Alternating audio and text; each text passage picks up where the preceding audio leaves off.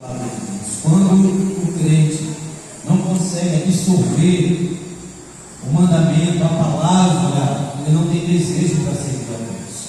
E não é à toa que Jesus fala da parábola dos evangelhos da semente e dos terrenos que ali são apresentados, né? E o primeiro terreno está à beira do caminho, e vem as aves do céu e levam a palavra. Satanás faz de tudo para roubar a palavra de Deus no coração do homem. E até mesmo os crentes, se não estiveres a perceber que o diabo rouba com distrações, rouba com preocupações, e quando ele não consegue no primeiro estágio tirar a palavra logo do coração do crente, aí ele vai no segundo estágio, que é a dureza do coração do crente, é o terreno de pedra. O camarada está ouvindo a palavra, mas não está sentindo nada, porque ele ficou insensível à voz do Senhor. E quando esse segundo estágio também ele não consegue, ele vai para o terceiro estágio. Ele está ouvindo a palavra, mas ele começa a botar tanta ocupação na vida do crente, tanta preocupação, que a Bíblia se torna como espinhos, e a palavra fica infrutífera, ou seja, o crente não consegue viver a realidade da palavra de Deus. Então, se nós não tivermos um coração como um quarto terreno, um coração fértil, que receba a palavra e produza 100 por 1, 30 por 1, 60 por 1, se nós não tivermos esse coração, então nós não poderemos realmente viver o sobrenatural de Deus que Ele tem para nós. Porque é pela palavra do Senhor, meus amados irmãos, que nós realmente podemos alcançar um nível espiritual que o Senhor tem preparado para os seus filhos. O crente não chega na presença de Deus só pela emoção. O crente não chega na presença de Deus só por um impulso. O crente chega pela presença de Deus pelo poder da palavra. Pois a palavra diz em Hebreus, no capítulo 4, versículo 12, ela é viva e é eficaz, louvado seja o nome do Senhor. E ela discerne pensamentos e propósitos do coração. A palavra de Deus realmente ela faz um mover dentro do coração do homem, que ele fica desejoso de estar sempre na presença de Deus, aleluia. Mas se faz necessário abrir o coração de fato para o Senhor, como foi cantado aqui, o rasgar aqui é do coração, vem a me rasgar, mas o meu coração abrir ele, como Paulo dizia aos Gálatas, eu estou dilatado, meu coração está dilatado para vocês, e assim deve o crente estar diante de Deus com o coração dilatado, para que Deus continue falando e nos fortalecendo, pois Paulo falando aos Filipenses, ele vai dizer, bom é que o coração se fortaleça com graça, louvado seja o Senhor. E nós vamos observar que quando ele mesmo, Paulo, estava em aflição, em dificuldade, em fraqueza, Jesus diz a ele, Paulo, a minha graça te basta, porque o meu poder se aperfeiçoa na fraqueza. E essa graça, irmãos, ela vem regada pela palavra de Deus, bendito é o nome do Senhor. Então nós precisamos entender isso, para a gente sair, meus amados irmãos, da areia espiritual e começar a caminhar para dentro do oceano do Espírito Santo. Os irmãos veem lá em Ezequiel, quando ele está vivendo essa experiência, tem um personagem, um anjo, e ele está com uma cana de medida, e ele mede, faz uma primeira medição e chama Ezequiel para dentro do oceano do Espírito, e a Bíblia diz que as águas davam no seu tornozelo. Depois ele mede mais, e as águas davam no seu joelho. Depois ele mede mais com aquela cana, e as águas davam na sua cintura, nos seus lombos. E depois o anjo mede mais uma medida, e eram águas que estavam no pescoço, águas que não davam mais para atravessar, somente a mar. Então a profundeza do Espírito Santo, do seu rio, dos seus mistérios, é muito grande, é muito profunda, mas só dá para chegar lá com a cana da palavra de Deus, bendito é o nome do Senhor. É a palavra que vai guiando, porque diz, escrito está, lâmpada para os meus pés e luz para os meus.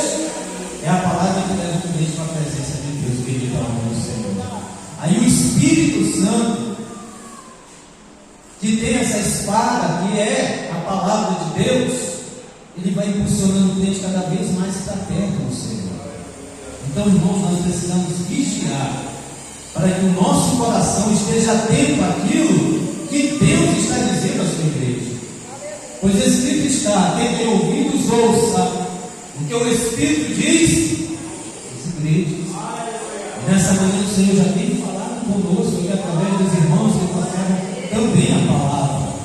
Deus aqui já nos instruiu sobre ter fé, sobre realmente nos submeter com fé ao Cristo, que com uma só palavra pode mudar a nossa vida. Louvado seja Deus. Assim como Ele fez com o centurião.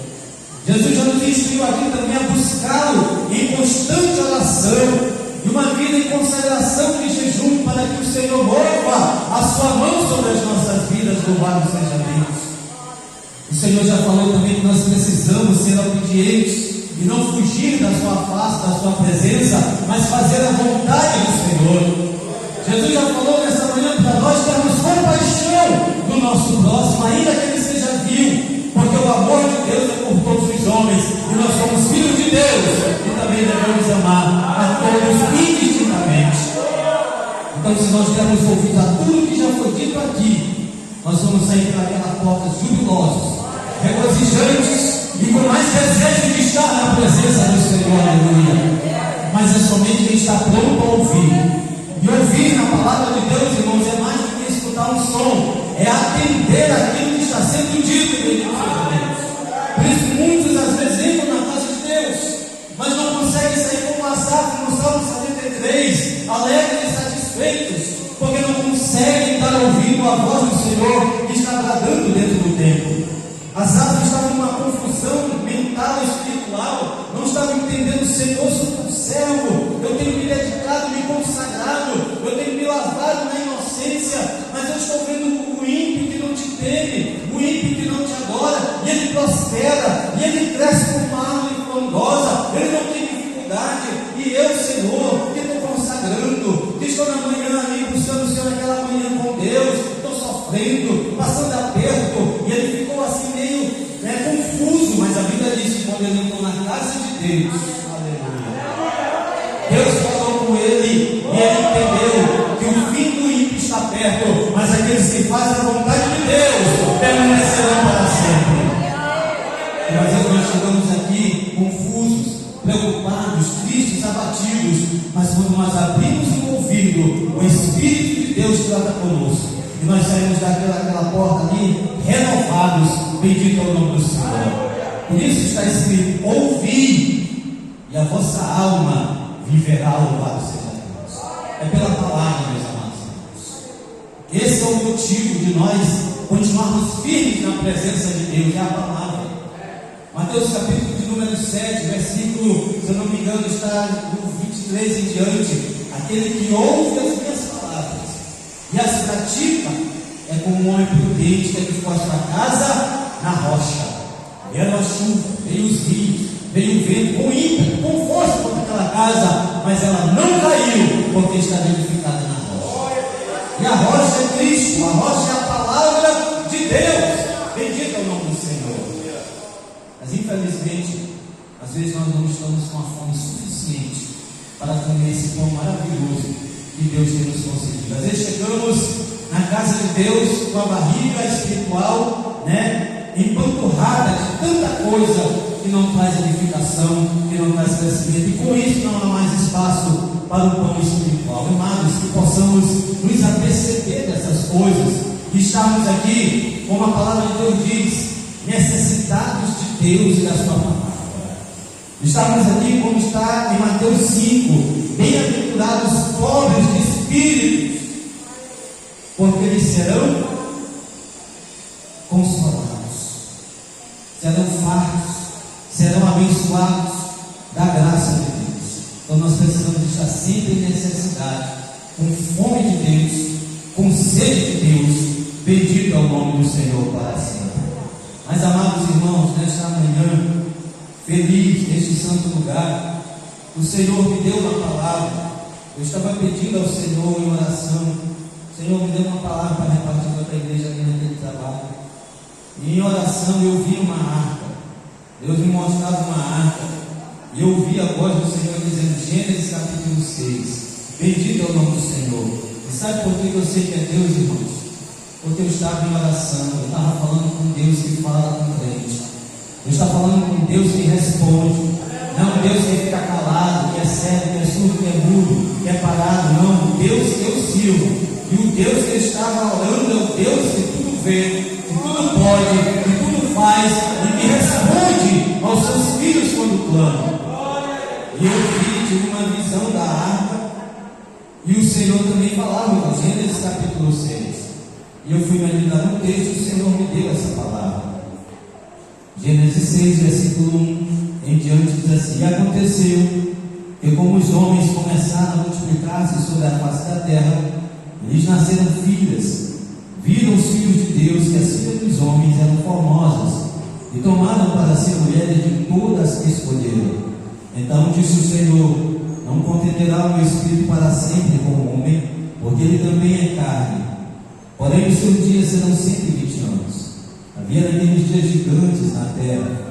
E também depois, quando os filhos de Deus entraram as filhas dos homens, e delas geraram filhos, estes eram os valentes que houve na antiguidade, os varões de fama.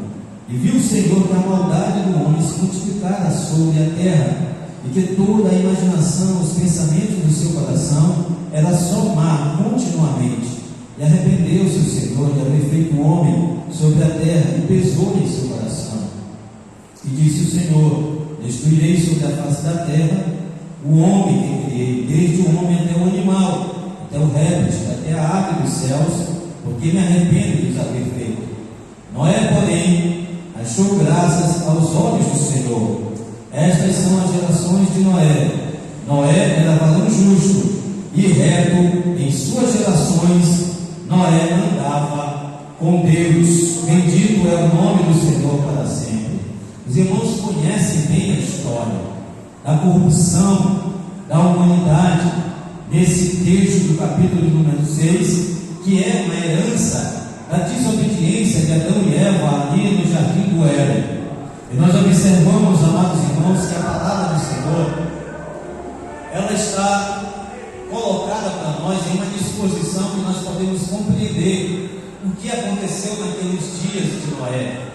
Nós observamos também, meus irmãos, que a Bíblia não está cronologicamente colocada na sua ordem. Há textos que estão na frente de outros, devido à sua ordem cronológica, mas Deus assim dispôs para a gente ter uma compreensão e não entender o texto errado, não torcer a palavra de Deus. E esse capítulo 6, ele tem muita controvérsia, entre teólogos, estudiosos da Bíblia, mas a palavra de Deus por si só é tão clara, tão cristalina, que até uma criança pode entender. O problema é que homens corrompidos da sua mente querem, por seus pensamentos próprios, interpretar a palavra de Deus, quando a palavra de Deus não se interpreta humanamente, mas espiritualmente. Pois Jesus falou ali aos homens no capítulo 6 de João: as palavras que eu vos digo são espírito e vida, louvado seja Deus. Logo elas se discernem espiritualmente. É por isso que qualquer pessoa que tiver no espírito e com temor a Deus vai ler a palavra e vai ter compreensão daquilo que está lendo, porque ela se discerne espiritualmente. Então nós vemos aqui que naqueles dias os filhos dos homens começaram a multiplicar-se sobre a face da terra, e lhes nasceram filhos. E no versículo 2 é que começa a confusão. E viram os filhos de Deus que as filhas dos homens eram formosas, e tomaram para si mulheres de todas que escolheram. Então o texto no versículo 1 do capítulo 6 fala de filhos dos homens, no versículo 2 fala dos filhos de Deus. E o entendimento errado aqui é que os filhos de Deus, a maioria interpreta, uma boa parte interpreta que são os anjos, mas nós vamos ver que não é assim.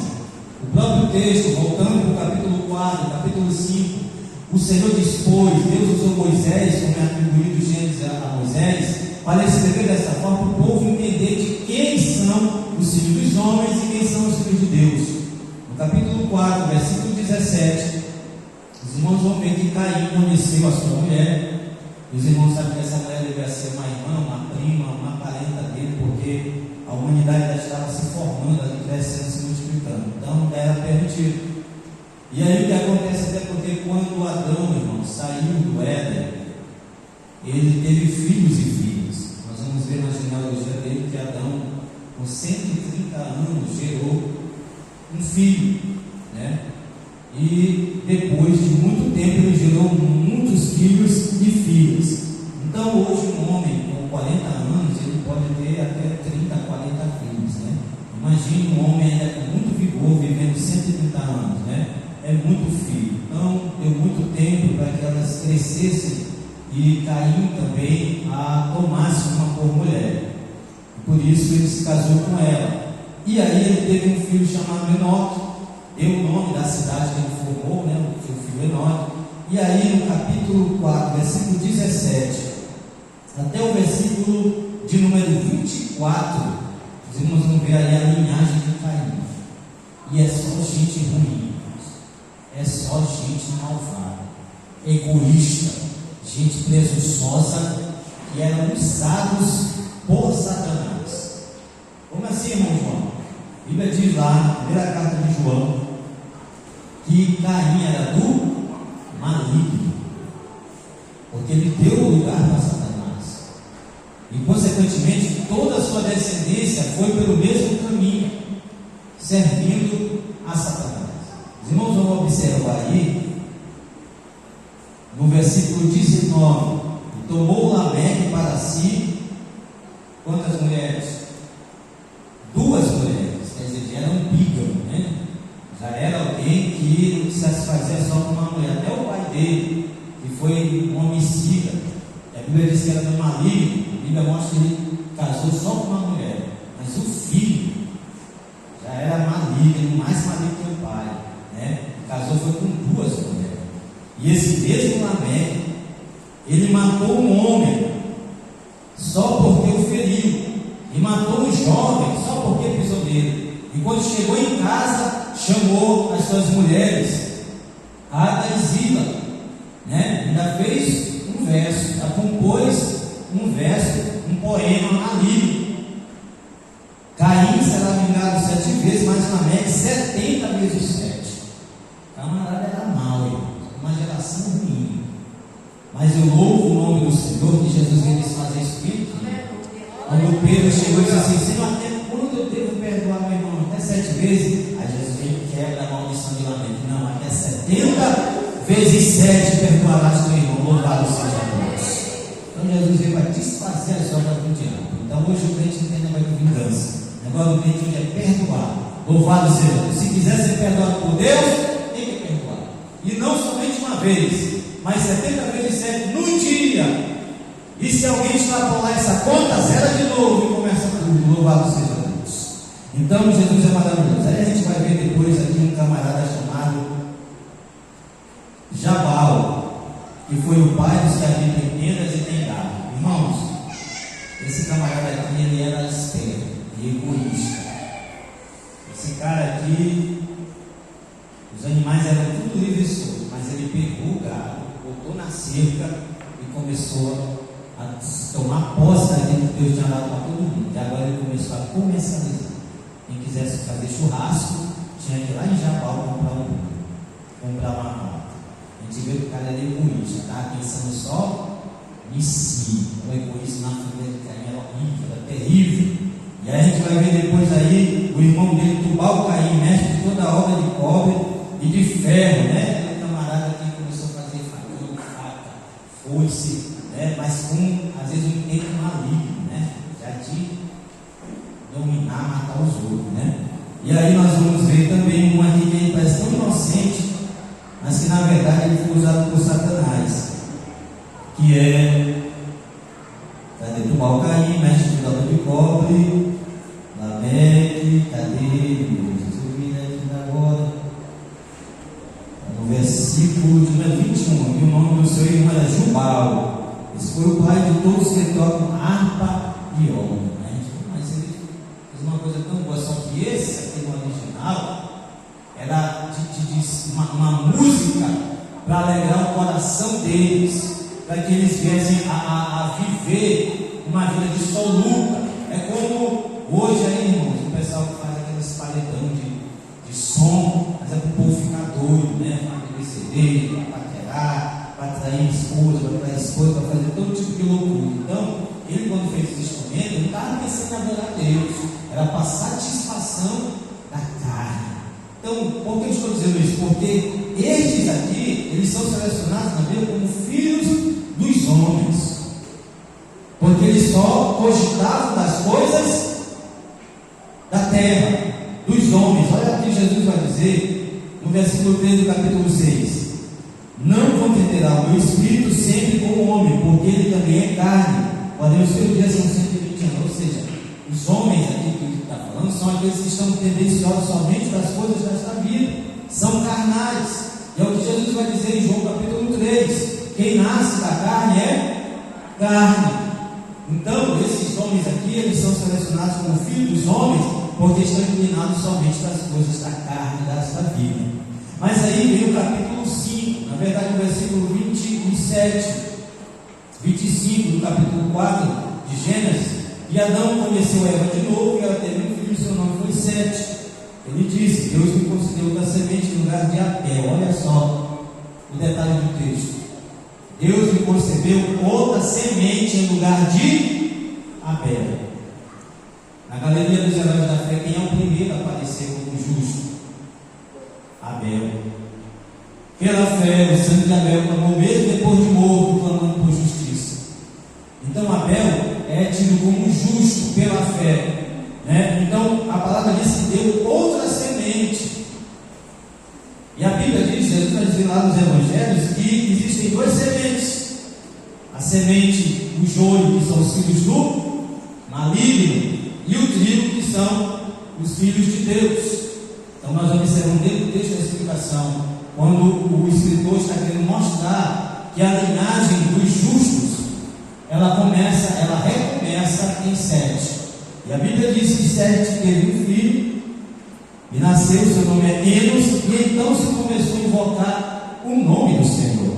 E aí a linhagem dos justos, ela é restabelecida. E o capítulo 5 vem mostrando toda essa linhagem, mostrando as gerações dos santos ali, que começaram a invocar a Deus, começaram a buscar o Senhor, e chega até Noé. Findando em Noé, ele entra no capítulo 6 dizendo que essas duas linhas, essas duas sementes estão na terra agora: os filhos dos homens e os filhos de Deus, que são as gerações de Sete, dos homens que estavam invocando o nome do Senhor, porque a geração de Caim estava invocando Satanás, e usado por Satanás para matar, para se embebedar, para enganar, para ser egoísta. Mas os filhos de Deus estavam como nós aqui, clamando ao Senhor, buscando ao Senhor, invocando o nome do Senhor. Então o escritor, no capítulo 6, mostra que essas duas sementes, essas duas gerações estão convivendo na mesma terra. Mas o que acontece agora, irmãos? Satanás, ele começa a preparar uma artimanha para derrubar a linhagem dos justos. Os irmãos pegaram o fim da meada do texto, vão ver que ele já tinha recebido a sentença: e da semente da mulher vai nascer um, e vai esmagar a cabeça da serpente. Então o diabo sabe que essa semente santa que vinha da mulher, ela não poderia vir com uma descendência maligna como a de Caim. Então ele começa a se voltar para a semente de Sete. Ele começa a observar e começa a perceber um detalhe, porque o diabo, irmãos, ele tem inteligência, sabedoria que ele tem, não dá nem para chamar de sabedoria, mas a astúcia que ele tem é pelo tempo que ele tem de vida. O diabo é mais velho que o mundo. Então, pela experiência dele, ele consegue ler o ser humano. E por isso que a Bíblia diz: não dê lugar ao diabo. Ele começa a observar a linhagem de Sete, e ele começa a perceber uma fraqueza. Lá no Éden, ele percebeu a fraqueza em Eva, mas agora ele percebe a fraqueza na linhagem de Sete nos homens. E aí o que acontece? Nascem filhas da descendência de Caim, e a Bíblia diz que elas eram muito formosas. E amados, quando a Bíblia fala que era muito formosa, os irmãos podem hoje buscar a mulher mais bonita que está na terra hoje, na atualidade, ela perde feio. Se as mulheres aqui não tinham um defeito, é porque naquela época era tudo natural, e elas já não estavam sofrendo como hoje nós sofremos as consequências do pecado. Estava tudo no começo. Então as mulheres eram muito, mas muito bonitas. E o diabo percebeu que os filhos de Deus, a geração piedosa, tinham uma fraqueza. Ele começou a incitá-los para olhar com um olhar de concupiscência. Eles não só olharam e acharam elas bonitas, havia concupiscência dos olhos. Foi onde Satanás derrubou Eva e agora estava derrubando a semente justa e piedosa que estava servindo a Deus. E no versículo 2 diz: e viram os filhos de Deus. Irmão, nós temos que ter muito cuidado com os nossos olhos. Jesus ele diz assim: que a candeia do corpo é os olhos. Se nossos olhos são luminosos, todo o nosso corpo será luz. Mas se forem trevas, ou com grandes trevas, haverá em vós. Tenhamos muito cuidado. O salmista no Salmo 101, ele vai dizer: não porei coisa má diante dos meus olhos. Eu ouvi uma vez alguém dizer: quem olha muito para o abismo olha de volta para ele. E se você encarar muito uma coisa, essa coisa vai olhar de volta para você. Se a gente ficar olhando todo o tempo para Jesus, Jesus vai ficar olhando para nós. Mas se a gente ficar olhando para o mundo vai acenar para nós. E aí, meus irmãos, é perigoso demais. Então tenhamos muito cuidado naquilo que nós estamos colocando nos nossos olhos, porque ele pode vir contra nós. Se for das coisas de Deus, aleluia. Por isso, em Colossenses 3, Paulo diz: agora que vocês ressuscitaram de novo, olhai para o alto, da onde vem a vossa redenção, e não para as coisas terrenas, porque já morremos para o mundo. Mas infelizmente muita gente ainda está olhando para o mundo, está com uma mulher de lobo, né? O anjo dizendo: sai daqui, não olha para trás. E a Bíblia diz que ela olhou para trás. Aquela palavra no original hebraico não é só por curiosidade para ver o que ia acontecer, é por saudade, é por estar presa a Sodoma e Gomorra, é não querer abandonar a vida que tinha. E ela virou uma estátua de sal. Hoje muita gente está virando estátua de sal, não mais fisicamente, mas espiritualmente. Mas é um sal insípido, que não presta para nada, porque estão olhando para o mundo, olhando para o Egito, olhando para trás, olhando para os prazeres desta vida. Irmãos, é tão triste quando a gente vê um cristão que ele prefere largar as coisas de Deus pelas coisas do mundo. Paulo teve essa experiência triste com um companheiro de fé. Ele escreve para Timóteo: olha, vem ter rápido comigo, porque Demas, amando o presente século, me deixou. É muito triste, meus amados irmãos, quando o crente ama o mundo. Mas a advertência lá é: não ameis o mundo. Na primeira carta de João, capítulo 2, versículo 15 a 17. Não ameis o mundo, nem o que há no mundo, porque as coisas que há no mundo não procedem de Deus. E quem ama o mundo, o amor do Pai não está nele. Porque as coisas que há no mundo são a concupiscência da carne, a concupiscência dos olhos, a soberba da vida, que não procede do Pai, mas do mundo. E elas perecem, elas passam, mas quem faz a vontade de Deus permanece para sempre. E amados irmãos, Satanás, ele não está mais vindo bater de frente com o crente. Ele não está mais vindo bater de frente com a igreja. O diabo não vem mais com pau e pedra. Ele mudou a estratégia. Hoje ele não bota os crentes para sair mais da igreja, se desviarem, não. Ele está tentando fazer os crentes como aquela dracma perdida, se perder dentro da casa de Deus. E como é que ele está fazendo hoje isso? Com distrações. Com distrações simples que a gente não percebe. Paulo ele escreve aos Coríntios dizendo: eu tenho medo. E assim como Eva foi enganada pela sutileza de Satanás, assim ele engane vocês e movam vocês da simplicidade do Evangelho. E ele diz ainda: porque nós não desprezamos os seus ardis. A palavra ardis ali, irmãos, é a habilidade de conseguir enganar sem ser percebido. E é isso que o diabo está fazendo nos dias atuais, colocando distrações na vida do crente, para que ele não receba a palavra, para que ele não receba poder, para que ele não ore mais, para que ele não leia mais a Bíblia. E é assim que está acontecendo.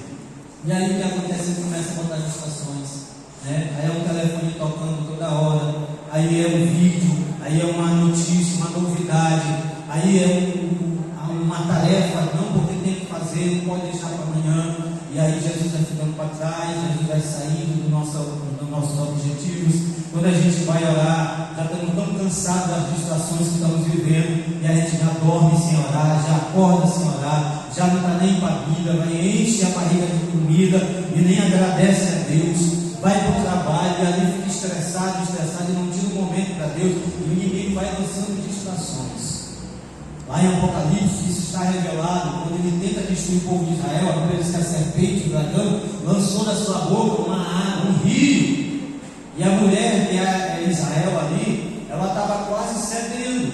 Então, os enganos, as distrações, mas a Bíblia diz que Deus veio, colocou asas de águia nela e levou para o deserto, livrando das garras de Satanás. E hoje o Senhor, através dessas asas, que é a palavra de Deus, é que pode tirar essas distrações dos nossos corações.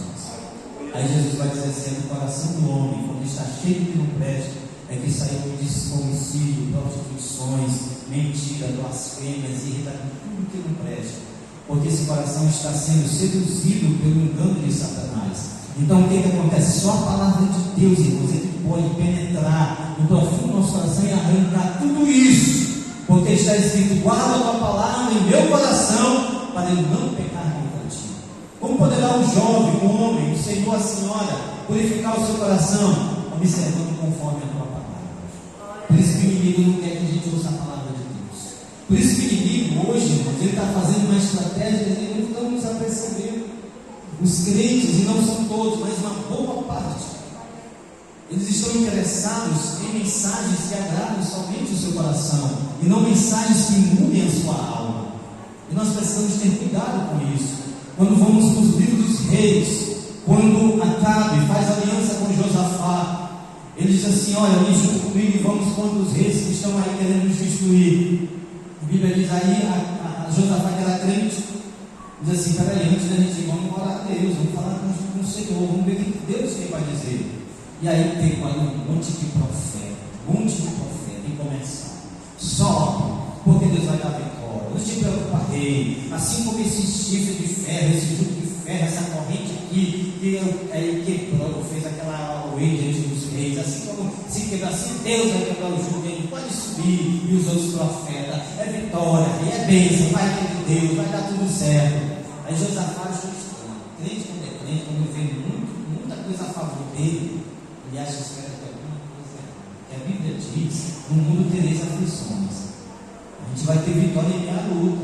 Não é só vencer. Aí Josafá não fez assim: peraí, acaba, não tem mais um profeta aí para consultar, não, porque todo mundo está dizendo a mesma coisa.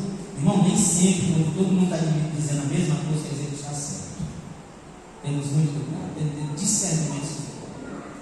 E aí já para ter um camarada ali, mas rapaz, só profetiza coisa ruim. Tudo que ele fala a meu respeito é coisa ruim. Agora porque o cara era ruim, o rei era desviado, e queria ouvir bênção, queria ouvir vitória. Mas homem de Deus que tem compromisso com a palavra, ele diz aquilo que Deus manda. Ele não está nem se alguém gosta ou não gosta, ele fala a vontade e a palavra de Deus. E ele não pensou na Micaías, ele diz: rapaz, chama, então jogar para chama. Aí lá vão buscar ele, chegar lá: Micaías, o rei vai mandando chamar. Mas tem uma coisa: os profetas tudinho lá estão dizendo que é só vitória. Muda teu discurso, rapaz, fala comigo que é só vitória. Aí aquele homem diz assim: aquilo que Deus mandar eu falar, isso eu falarei. Louvado seja o nome do Senhor. Vive o Senhor, que eu direi somente o que Deus colocar no meu coração. Mas o homem de Deus, irmãos, também ele tem bom senso, bom humor, ele é irônico, então ele está na razão de Deus. Quando ele chegou lá, os reis lá, e a casa, eis aí o homem. Aí Josafá disse: o que tem para nós aqui? Aí a casa disse: profetiza aí. O homem de Deus, irmãos, aprendam isso aqui.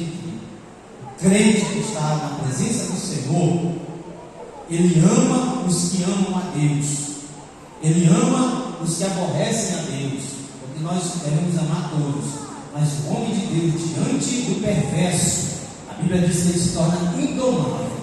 Está lá nos Salmos: com os bons te mostrarás bons, mas com o perverso te mostrarás indomável. Ou seja, não baixa a cabeça para a gente que é metida brava, arrogante, que quer falar mais do que Deus, que ofender Deus de Deus. Com esses aí, a gente tem que ser indomável. A gente não vai brigar com ninguém, mas também não vai se dar lá para eles. E aí quando a cara diz assim: fala, ele diz assim: vive o Senhor, em cuja presença estou, que se Josafá não estivesse aqui, eu nem viria na tua presença. Aí diz assim: não, mas profetiza. Aí ele foi louco: não, pode subir que vai dar tudo certo. Mas quando o cara sai do homem de Deus, ele diz: não, rapaz, tem alguma coisa errada. Não é assim. Eu nunca profetizou vitória para a minha vida. É porque o rei estava todo errado. Aí diz assim: eu vou te dizer uma coisa, eu vi o exército de Israel fugindo, né, como ovelhas que não tem pastor. Tu vai para a guerra, mas tu não vai voltar, vai morrer na batalha. Aí a eu te disse que esse cara, essa nação, prende ele, não dá nem pão, nem água, até eu voltar. Aí Micael disse: eu vou obedecer, porque tu não vai voltar. E aí a palavra de Deus se cumpriu, louvado seja Deus. Então, às vezes, irmãos, a gente está muito com esse negócio de é só vitória, Jesus, é só bênção. Hoje eu vou receber a bênção, hoje eu vou receber a vitória e vou para a tua casa. E é verdade, Deus tem para dar. Mas em primeiro lugar, irmão, Deus quer consertar a nossa alma para ir para o céu, louvado seja Deus. E é isso que eu tenho que vir para cá dizer: Senhor, restaura a minha vida. Senhor, tira de mim aquilo que não te agrada. Me trata, porque eu quero entrar no céu. Porque o hino sábio da nossa harpa diz: no céu não entra pecado, fadiga, tristeza nem dor. Então no céu não entra, irmão, de qualquer jeito. No céu você entra lavado e remido no sangue de Jesus. E Jesus, a prioridade de Jesus na vida do crente não é bênção material, é a restauração espiritual. O que vier é lucro, mas acima de tudo é a nossa vida com Deus. Isso só vem pela palavra, por atender e ouvir a palavra de Deus. Levaram um paralítico para Jesus. Era muita gente na casa de Pedro. Aí olhava para um cursinho, aí que é dar a piada de Pedro, Pedro deve ter ficado muito alegre, e meteram o paralítico perto de Jesus. Jesus veio para ele. A primeira coisa que Jesus falou para ele foi: os teus pecados estão perdoados. Mas o objetivo do exame do paralítico era a cura. Mas Jesus viu que a alma dele estava necessitada. Porque Jesus não morreu na cruz para a gente ficar rico materialmente. Jesus morreu na cruz para a gente entrar no céu. Louvado seja o nome do Senhor. Então, amado, algumas vezes Jesus vai falar pesado com a igreja. Isso está lá em Apocalipse, no capítulo 2 e 3, das igrejas da Ásia. Somente duas não recebem repreensão, mas as outras tudo diz: Jesus, conheça as tuas obras, e sei que tu está andando errado, e te converte, porque quando eu ouvir, se estiver assim, tu vai perecer. Estou parafraseando o texto, mas é isso que Jesus falou para aquelas igrejas que estavam erradas. Então, às vezes o camarada está todo errado na casa de Deus, mas ele quer que o profeta só profetize a bênção, a vitória. Não, irmãos, nós precisamos preparar o ambiente para que as coisas de Deus comecem a acontecer na nossa vida. O fogo lá no Monte Carmelo só desceu quando o altar foi restaurado, aleluia, e foi colocado um verdadeiro sacrifício. Aí o fogo desceu, a bênção desceu, e o povo se jogou no chão dizendo: só o Senhor é Deus. Então, se você quer bênção, quer vitória, primeiro repare o teu altar. Eu não vim para o mar para dizer isso, está aqui Deus, eu anotei, mas só que quando Deus quer falar as coisas, Ele fala e acabou. Louvado seja Deus. Então, eles olharam para a cima dos homens, olharam para o mundo, amando o mundo, os desejos, os prazeres das suas concupiscências, né? E acabaram sendo vencidos, porque não foram fiéis ao Senhor. E o que aconteceu, amados irmãos? A Bíblia diz: por causa dessa mistura das sementes dos homens do Senhor de Deus, dos piedosos com os ímpios, nasceu um monte de gente ruim. Eles já eram ruins. Irmãos, é assim, a matemática é assim. Lá na matemática, quando você está fazendo as operações com sinais, diz assim, que mais com mais dá mais, menos com menos dá menos, mas mais com menos dá menos. Então luz e treva dá treva, luz e luz dá luz, treva e treva dá treva, mas luz e treva dá treva. Aí tem um monte de gente querendo ser crente abraçado com o mundo.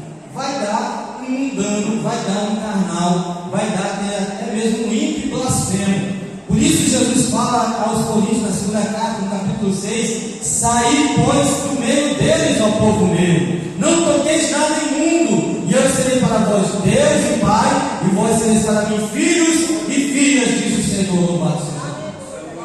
Então não dá para servir a Deus e o mundo. Jesus vai dizer lá em Mateus: ninguém pode servir dois senhores, ou há de agradar um, ou há de aborrecer o outro.